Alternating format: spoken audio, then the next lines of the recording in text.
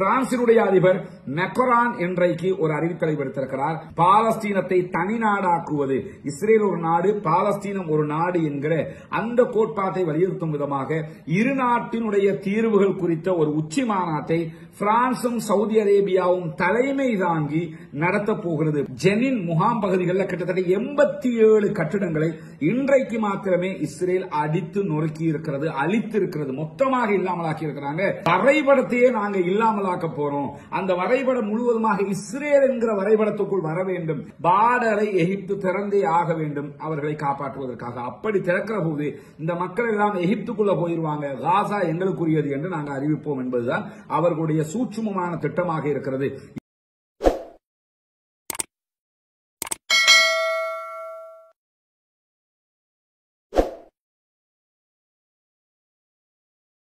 அன்பிற்கினிய சகோதர சகோதரிகளே, நம் அனைவர் மீதும் ஏக இறைவனுடைய அமைதியும் கருணையும் உண்டாகட்டுமாக. அஸ்ஸலாமு அலைக்கும் வரஹ்மத்துல்லாஹி வபரகாத்துஹு. இன்றைய காசாவினுடைய நிகழ்வுகளை நாம் பார்க்க இருக்கிறோம். காசாவிலே தொடர்ந்து நமக்கெல்லாம் தெரியும் இஸ்ரேலிய ஆக்கிரமிப்பு ராணுவம் தாக்குதல்களை நடத்தி வருகிறது. இன்றைக்கு 531வது நாளாக தாக்குதல்கள் தொடர்கிறது. கிட்டத்தட்ட நம்ம 2 வருடத்தை இந்த தாக்குதல்கள் நிறைவு செய்ய இருப்பதை பார்த்துக் கொண்டிருக்கிறோம். இந்த காலகட்டத்துக்குள்ளாக இதுவரைக்கும் 67,000க்கு மேற்பட்ட அப்பாவிகள் கொல்லப்பட்டிருக்கிறார்கள், ஷஹீதாகி இருக்கிறார்கள்.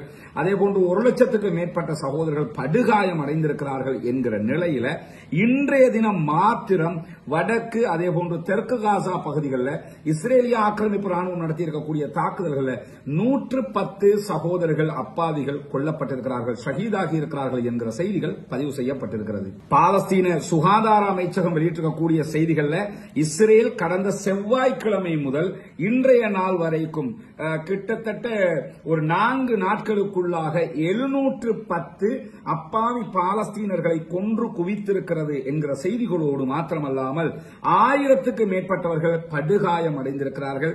ஷிஃபா மருத்துவமனை வளாகம், அதேபோன்று இந்தோனேஷிய மருத்துவமனை வளாகம், குதுஸ் மருத்துவமனை வளாகம் ஆகிய பகுதிகள் அத்தனையிலையுமே காயம் பட்டோருடைய உடல்களும் அதேபோன்று மரணித்தவர்களுடைய ஜனாசாக்களும் நிறைந்து காணப்படுகின்றன என்கிற செய்திகள் தொடர்ந்து வெளியாகி கொண்டிருக்கிறது. ஒரு அச்சமான சூழ்நிலை பாலஸ்தீனத்துக்குள் நிலவிக் கொண்டே இருக்கிறது. அடுத்த கட்டம் என்ன நடக்கும் என்கிற பல கேள்விகளும் இதிலே உருவாகி கொண்டிருக்கக்கூடிய நேரத்தில் தான் இஸ்ரேலுடைய பிரதமர் பெஞ்சமின் நெத்தன்யாகு இன்றைக்கு விடுத்திருக்கக்கூடிய அறிக்கையில கால வரையறையற்ற யுத்தம் தொடரும் என்கிற ஒரு செய்தியை அவர் கூறியிருக்கிறார். அவருடைய அறிவிப்பை தொடர்ந்து அவருடைய வீடு முற்றுகையிடப்பட்டிருக்கிறது இஸ்ரேலில் இருக்கக்கூடிய யூதர்களால். யூதர்கள் பல இடங்களிலும் இஸ்ரேலிய பிரதமர் பெஞ்சமின் நெத்தன்யாகுக்கும் அவருடைய அரசாங்கத்துக்கு எதிராகவும் ஆர்ப்பாட்டங்கள் போராட்டங்களை நடத்திய வண்ணம் இருக்கிறார்கள். அதற்கான காரணம் என்னன்னா, இந்த யுத்தத்தினால் தங்களுடைய உறவுகளை மீட்டுக் கொண்டு வர முடியாது, காசாவில் இருக்கக்கூடிய பணைய கைதிகளாக இருக்கிற இஸ்ரேலியர்கள் செத்து மடிவதற்கான வாய்ப்புகள் இருக்கிறது. அது மட்டுமல்லாமல் தொடர்ந்து நடைபெறக்கூடிய இந்த யுத்தத்தினால் எப்படியாவது தன்னுடைய ஆட்சியை தக்க வைத்துக் கொள்வதற்கு பெஞ்சமின் நெத்தன்யாகு முனைகிறாரே தவிர வேறு விதமான எந்த ஒரு லாபமும் இஸ்ரேலுக்கு கிடையாது என்பதுதான் அவர்களுடைய மிகப்பெரிய கோரிக்கையாக இருக்கிறது ஆர்ப்பாட்டத்தின் போது. அது மட்டுமல்லாமல் இஸ்ரேலுடைய முன்னாள் நிதி அமைச்சர் பகிரங்கமாக பெஞ்சமின் நெத்தன்யாகுவினுடைய அரசாங்கத்தை கவிழ்ப்பதற்கும் பெஞ்சமின் நெத்தன்யாகுவினுடைய வீட்டை மொத்தமாக முற்றுகையிடுவதற்கும் அத்தனை பேரும் தலைநகருக்கு திரளுங்கள் என்கிற அறிவிப்பையும் விடுத்திருக்கிறார். தற்போது ஒரு பரபரப்பான சூழல் டெல் அவிவை தொடர்ந்து இஸ்ரேலுடைய பல நகரங்களில் உருவாகி இருக்கிறது. ஏன்னா அடுத்ததாக யமனில் இருக்கக்கூடிய ஹூதிகள் களத்திற்கு வந்திருக்கிறார்கள், அதே போன்று ஹெஸ்புல்லாக்கள் களத்திற்கு வந்தார்கள் என்று சொன்னால் மீண்டும் நிம்மதியற்ற ஒரு சூழல் உருவாகும் என்பதிலே அவர்கள் மிகவும் கவனமாக இருக்கிறார்கள். அதனால்தான் யுத்தம் நடத்தக்கூடாது என்று சொல்லி அவர்கள் ஆர்ப்பாட்டம் நடத்தி கொண்டிருக்கிறார்கள் என்கிற செய்திகள் இன்றைக்கு வெளியாக இருக்கக்கூடிய நேரத்தில் தான் வெஸ்ட் பேங்க் மேற்கு கரை என்று சொல்லக்கூடிய பகுதிகளில் ஜெனின் முகாம் பகுதிகளில் கிட்டத்தட்ட 87 கட்டிடங்களை இன்றைக்கு மாத்திரமே இஸ்ரேல் அடித்து நொறுக்கி இருக்கிறது, அழித்திருக்கிறது, மொத்தமாக இல்லாமலாக்கி இருக்கிறாங்க. அதுக்கு அவங்க என்ன காரணம் சொல்றாங்கன்னா, அந்த வெஸ்ட் பேங்க்ல ஜெனின் பகுதிகளில் இருக்கக்கூடிய வரைபடத்தையே நாங்க இல்லாமலாக்க போறோம், அந்த வரைபடம் முழுவதுமாக இஸ்ரேல் என்கிற வரைபடம் வரைபடத்துக்குள் வர வேண்டும் என்றுதான் நாங்கள் தாக்குதல் நடத்துகிறோம் என்று சொல்லி அவர்கள் சொல்லக்கூடிய காட்சிகளும் வீம்புத்தனமான பேச்சுகளும் கூட இன்றைக்கு வெளியாகி இருக்கக்கூடிய நேரத்தில் தான் வடக்கு காசா, நார்த் காசா பகுதிகளில் மீண்டும் இஸ்ரேலிய ஆக்கிரமிப்பு ராணுவம் உடனடியான தரைவழி தாக்குதல்களை ஆரம்பித்திருக்கிறார்கள். வடக்கு காசா பகுதிகளில் இருக்கக்கூடிய மக்கள் தாங்கள் வெளியேற முடியாது என்று நிற்கிறார்கள். அந்த மக்கள் மீது தாக்குதல்களை நடத்துவோம் என்று சொல்லி மீண்டும் மீண்டும் எச்சரிக்கைகளை சொல்லிக் கொண்டிருக்கிறது இஸ்ரேலிய ஆக்கிரமிப்பு ராணுவம். இதுல இருந்து ஒன்னு மட்டும் தெரியுதுங்க. முதலாவது என்ன முயற்சி பண்ணாங்கன்னு சொன்னா, டொனால்டு ட்ரம்ப் ஆட்சிக்கு வந்ததோட காசாவில் இருக்கிற மக்களை ஜோர்தானுக்கோ அல்லது எகிப்துக்கோ வெளியேற்றிட்டு முழு காசாவையும் கைப்பற்றிக்கலாம் நினைச்சாங்க. அதற்கு அரபு நாடுகள் ஒப்புக்கொள்ளவும் இல்லை, ஜோர்தான் ஒப்புக்கொள்ளவும் இல்லை, எகிப்து ஒப்புக்கொள்ளவும் இல்லை, யூரோப் கண்ட்ரிஸ் ஒப்புக்கொள்ளவும் இல்லை. அதற்கு பிறகு இந்த மக்களை சோமாலியாவுக்கு அல்லது சோமாலி லேண்டுக்கு கொண்டு போய் விடலாம் என்று சொல்லி நினைத்தார்கள். அதையும் அவர்களால் செய்ய முடியாது போன நேரத்தில் தான் இப்ப என்ன முடிவெடுத்திருக்கிறாங்கன்னா, எப்படியாவது இந்த மக்கள் மீது தாக்குதலை நடத்தி இவர்களை வெளியேற்ற வேண்டும். அவர்கள் தாக்குதல் தாங்க முடியாமல் ஒருபுறம் வடக்கில் இருந்து விரட்டப்பட்டு தெற்கு நோக்கி போவாங்க. தெற்கிலையும் விரட்டப்படுகிற போது ரஃபா பார்டர் வரைக்கும் வருவாங்க. பார்டரை எகிப்து திறந்தே ஆக வேண்டும் அவர்களை காப்பாற்றுவதற்காக. அப்படி திறக்கிற போது இந்த மக்கள் எல்லாம் எகிப்துக்குள்ள போயிருவாங்க. காசா எங்களுக்குரியது என்று நாங்கள் அறிவிப்போம் என்பதுதான் அவர்களுடைய சூட்சுமமான திட்டமாக இருக்கிறது. இதற்கு எதிராக எங்களுடைய போராட்டம் உச்சமாக தொடரும் என்று சொல்லி இன்றைக்கு பாலஸ்தீன விடுதலை அமைப்பு அறிவித்திருக்கக்கூடிய நேரத்தில் தான் பைத்துலாகியா என்கிற வடக்கு நகரத்தினுடைய பகுதிகளில் இருந்து அவங்க தற்போது தரைவழி தாக்குதல்களை ஆரம்பித்திருக்கிறார்கள் என்கிற செய்திகள் வெளியாகி இருக்கக்கூடிய நேரத்தில் பிரான்சினுடைய அதிபர் மெக்ரான் இன்றைக்கு ஒரு அறிவித்தலை விடுத்திருக்கிறார். பாலஸ்தீனத்தை தனி நாடாக்குவது, இஸ்ரேல் ஒரு நாடு பாலஸ்தீனம் ஒரு நாடு என்கிற அந்த கோட்பாட்டை வலியுறுத்தும் விதமாக இரு நாட்டினுடைய தீர்வுகள் குறித்த ஒரு உச்சி மாநாட்டை பிரான்சும் சவுதி அரேபியாவும் தலைமை தாங்கி நடத்த போகிறது. பல நாடுகளை ஒன்றிணைத்து இந்த ரெண்டு நாடும் சேர்ந்து தலைமை தாங்கி நடத்த போகிறது என்று அறிவித்திருக்கக்கூடிய பிரான்சினுடைய அதிபர் மக்ரான் அவங்க என்ன சொல்றாங்கன்னா, இஸ்ரேலுடைய தாக்குதல்கள் மீண்டும் தொடர்வதை ஒருபோதும் ஏற்றுக்கொள்ள முடியாது. இஸ்ரேல் மீண்டும் பாலஸ்தீனம் மீது படையெடுக்க கூடாது. நடந்தது நடந்து முடிந்து விட்டதாக இருக்க வேண்டும். அதே போன்று பணைய கைதிகள் அத்தனை பேரும் மீண்டும் விடுதலை செய்யப்பட வேண்டும் என்கிற கோரிக்கையை வலியுறுத்தி இருக்கிறார். அரபு நாடுகளோடு இணைந்த பல நாடுகளும், யூரோப்போடு இணைந்திருக்கக்கூடிய பல நாடுகளும், சவுதி அரேபியாவும் பிரான்சும் இணைந்து நடத்தக்கூடிய இந்த மாநாட்டில் பங்கெடுப்பதற்கு தயாராகி கொண்டிருக்கிறார்கள் என்கிற செய்திகளுக்கு மத்தியில தான் இன்றைக்கு சரமாரியான எதிர்வினை தாக்குதல்கள் பாலஸ்தீன விடுதலை அமைப்பின் சார்பாக இஸ்ரேல் மீது நடத்தப்பட்டிருக்கிறது. மீண்டும் யுத்தத்தை ஆரம்பித்திருக்கிறது பாலஸ்தீன விடுதலை அமைப்பு. 2 நாட்கள் பொறுத்து பார்த்தார்கள். 700க்கும் மேற்பட்டவர்கள் கொல்லப்பட்டிருக்கக்கூடிய நேரத்தில், ஷஹீதாகி இருக்கக்கூடிய நேரத்தில் தான் இதற்கு மேலும் பொறுக்க முடியாது என்று இஸ்ரேல் மீது தங்களுடைய ஏவுகணை தாக்குதல்களையும் ராக்கெட் தாக்குதல்களையும் பாலஸ்தீன விடுதலை அமைப்பு ஆரம்பித்திருக்கிறது. அதற்கு முன்பதாக இன்றைக்கு இஸ்ரேலுடைய பென்குரியன் விமான நிலையத்தை நோக்கி யமன்ல இருக்கக்கூடிய ஹூதிகள் கிட்டத்தட்ட 2020 கிலோமீட்டர்களுக்கு அப்பால் சென்று தாக்கக்கூடிய பாலஸ்டைன் 2 ஹைப்பர்சோனிக் பாலிஸ்டிக் ஏவுகணை தாக்குதல்களை நடத்தி இருக்கிறார்கள். இன்றைக்கு யமன்ல இருந்து ஏவப்பட்ட இந்த ஏவுகணை தாக்குதல் மூலமாக பென்குரியன் விமான நிலையம் ஸ்தம்பித்திருக்கிறது. அஸ்ஸலாமு அலைக்கும் வரஹ்மத்துல்லாஹி வபரகாத்துஹு. அன்பிற்கினிய சகோதர சகோதரிகள், நமக்கெல்லாம் தெரியும், நம்முடைய வீடியோவை பார்க்கக்கூடிய சகோதரர்கள் தொடர்ந்து நம்ம ரமலானுடைய மாதத்துல ஒரு விளம்பரம் செஞ்சு வர்றோம். இலங்கையில கிழக்கு மாகாணம் பொத்துவில் பகுதிகளில் புனிதமிக்க இஸ்லாமிய மார்க்கத்தை ஏற்றுக்கொண்டு இஸ்லாத்தை வாழ்வியல் நெறியாக மாற்றிக்கொண்ட 14 குடும்பங்களைச் சேர்ந்த சகோதர சகோதரிகளுக்கு வீடு கட்டி கொடுக்கிற ப்ராஜெக்ட் ஆரம்பிச்சிருக்கோம். அது சம்பந்தமான வீடியோக்களை நீங்க பார்த்திருப்பீங்க. யானை தொல்லை, மற்ற தொல்லைகள், அவர்களுக்கு அதுக்குரிய வீடு வாழ்வாதாரம் இல்லாத பெரும் சுமையாக அவர்களுடைய வாழ்க்கை கழிகிற நேரத்தில் அவர்களுக்கான ஒரு 14 வீடுகள் அமைச்சு கொடுக்கிற திட்டத்தை தான் நம்ம ஆரம்பிச்சிருக்கோம். இது அத்தனையும் நீங்கள் தருகிற பொருளாதார உதவிகளை கொண்டுதான் நம்ம செஞ்சு வர்றோம்ங்கிறது உங்களுக்கு தெரியும். அதனுடைய முதல் கட்டமாக நீங்கள் தந்திருக்கக்கூடிய பொருளாதாரங்களை கொண்டு தற்போது ஒரு பகுதியில் வேலைகளை ஆரம்பிச்சிருக்கிற முதல் கட்டமாக இந்த வேலைகள் தொடர வேண்டும். அதே போன்று அடுத்திருக்கக்கூடிய மீதி உள்ள வீடுகளை எல்லாம் கட்டி முடிக்க வேண்டும். எல்லாவற்றுக்கும் நீங்கள் தான் உதவ வேண்டும் என்றுதான் உங்களிடத்திலே நாங்கள் வேண்டிக் கொள்கிறோம்.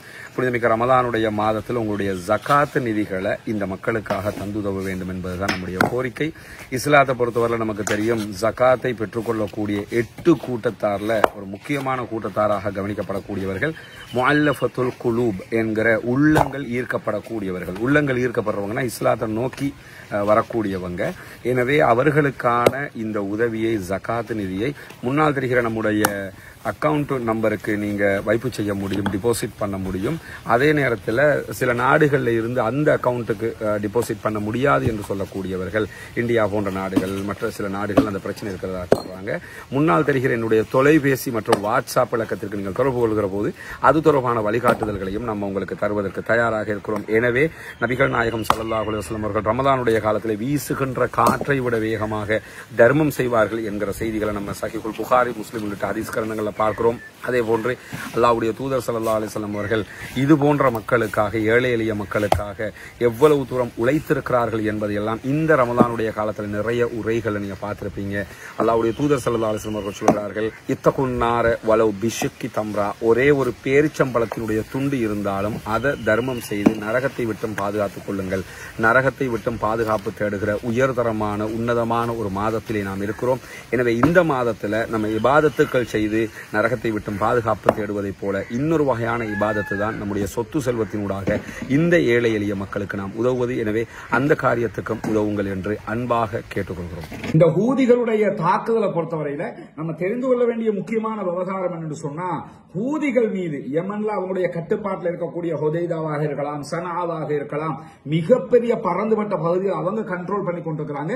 அந்த பகுதிகள் மீது சர்வமாரியான விமான தாக்குதல்களை தொடர்ந்து 4வது நாளாகவும் அமெரிக்கா நடத்தி கொண்டிருக்கிறது. இதே நேரத்தில் அமெரிக்காவினுடைய விமானம் தாங்கி கப்பல் உள்ளிட்ட அவர்களுடைய நிலைகள் மீது தொடர்ந்து அங்கிருந்த ஹைப்பர்சோனிக் ஏவுகணை தாக்குதல்கள், அதே நேரத்தில் பாலிஸ்டிக் ஏவுகணை தாக்குதல்கள் எல்லாம் ஹூதிகளும் நடத்தி கொண்டிருக்கிறார். ஒருபுறம் அமெரிக்காவோடு, அமெரிக்காவினுடைய விமானம் தாங்கி கப்பலோடு சண்டையிட்டுக் கொண்டிருக்கக்கூடியவர்கள், மறுபுறமாக டெல் அவிவை நோக்கி, பென்குரியன் விமான நிலையத்தை நோக்கியே தாக்குதல்களை நடத்தியிருக்கிறார்கள்.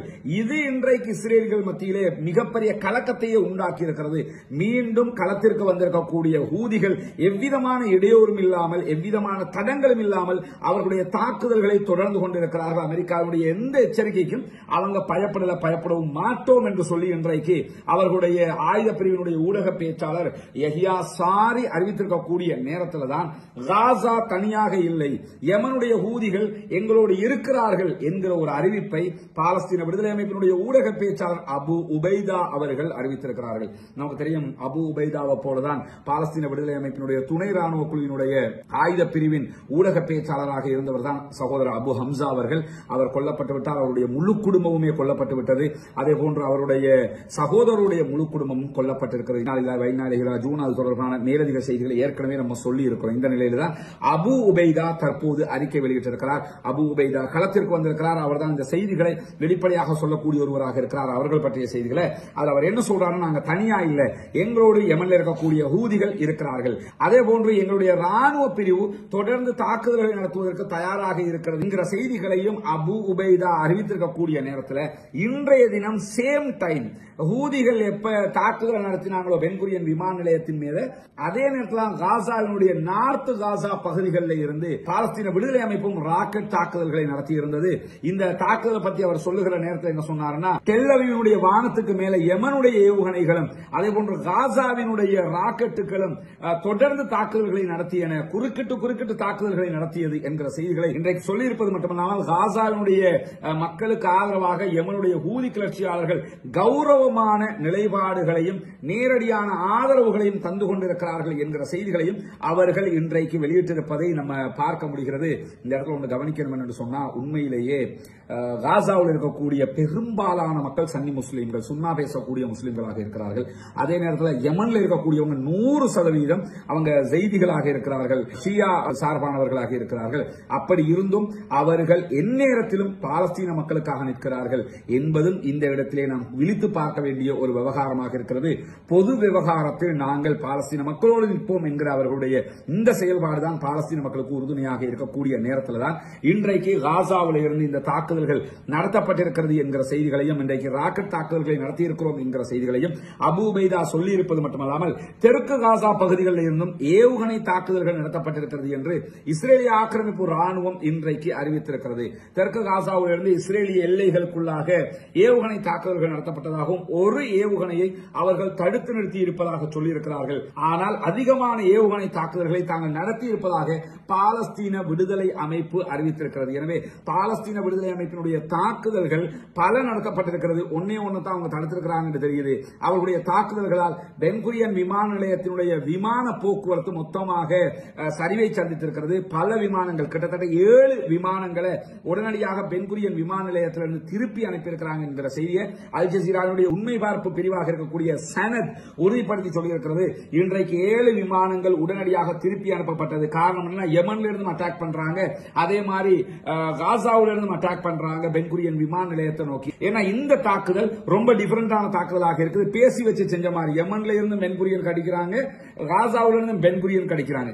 யமன்ல இருந்து அடிக்கக்கூடிய சேம் டைம் தான் காசாவுல இருந்து இவங்க தாக்குதல் நடத்துறாங்கன்னு சொன்னா கண்டிப்பாக ஏதோ ஒரு வகையில சிங்க் ஆகித்தான் இந்த தாக்குதல்கள் மீண்டும் நடத்தப்படுகிறது என்பது புலப்படுகிறது.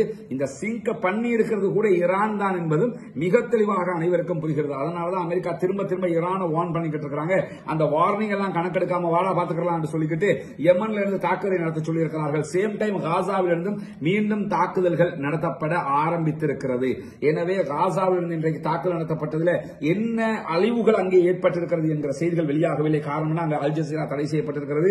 அங்க எந்த தொலைக்காட்சிகளுக்கும் அனுமதி கிடையாது. அங்க இருக்கக்கூடிய செய்திகளை, உண்மை செய்திகளை வெளியே கொண்டு வர்றதுங்கிறது ரொம்ப கடினமான ஒரு விவகாரம். இருந்தாலும் காசாவிலிருந்து இன்றைக்கும் தாக்குதல் நடத்துகிற அளவுக்கு பாலஸ்தீன விடுதலை அமைப்பினுடைய பலம் இருக்கிறது என்பதை நம்ம புரிஞ்சு கொள்ள முடிகிறது.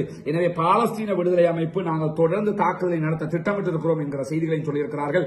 வரைமுறை இல்லாமல் நீங்கள் தாக்கினால் வரைமுறை இல்லாமல் நாங்களும் தாக்குவோம் என்கிற அறிவிப்பையும் அவர்கள் விடுத்திருக்கிறார்கள். எது எப்படி போனாலும் இந்த தாக்குதல்களுக்கு நடுவில் பாலஸ்தீன விடுதலை அமைப்பு இன்றைக்கு வெளியிட்டிருக்கக்கூடிய அறிக்கையில் என்ன சொல்றாங்கன்னா, மத்தியஸ்தர்களோடு பேச்சுவார்த்தையும் நடத்தி கொண்டிருக்கிறோம், கத்தாரோடு எகிப்தோடு பேச்சுவார்த்தை நடத்தி கொண்டிருக்கிறோம். எங்களுடைய மக்களுக்கு அமைதி தேவை, நிம்மதி தேவை.